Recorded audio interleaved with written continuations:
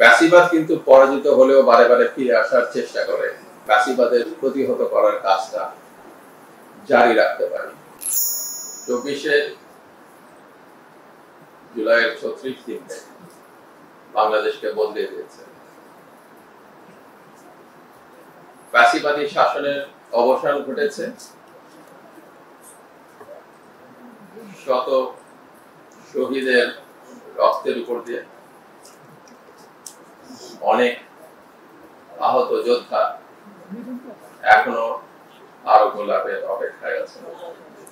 আমি শহীদদের রুহের মাগফিরাত কামনা করছি। উপস্থিত সুধীবৃন্দ এবং আমার বন্ধুরা, বাংলাদেশ আজকে একটা নতুন অবস্থায় এসে দাঁড়িয়েছে।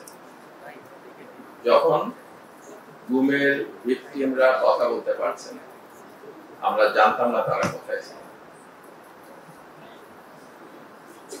ফ্যাসিবাদ বিরোধী শাসন বাংলাদেশকে গুম করে ফেলেছিল, বাংলাদেশকে বন্দী করে ফেলেছিল, বাংলাদেশকে বিচার বহির্ভূত হত্যাকাণ্ডের জায়গায় ফেলেছে। এর থেকে বাংলাদেশ বের হয়ে আসতে পেরেছে বিশাল কারণ। আইনের শাসন প্রতিষ্ঠার জন্য, অপরাধীদের বিচারের জন্য চেষ্টা চলছে। বিচার প্রক্রিয়াও শুরু হয়েছে। আশা করব বাংলাদেশের জনগণ এবং যারা নিপীড়িত মানুষ বিচার পাবেন এবং অন্যায়ের পরিসমাপ্তি ঘটবে।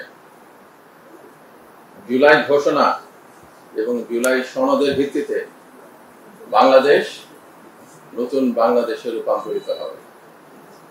এই সংগ্রাম চলমান, এই লড়াই আগামী দিনের ভবিষ্যতের জন্য।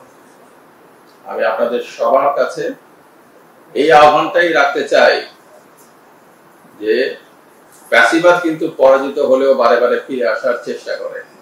আমরা যেন তা একত্রিতভাবে, ঐক্যবদ্ধভাবে, আমাদের মধ্যে বিভিন্ন মতের পার্থক্য থাকতে পারে, কিন্তু সবাই একত্রিত হয়ে যেন ফ্যাসিবাদের প্রতিহত করার কাজটা জারি রাখতে পারি।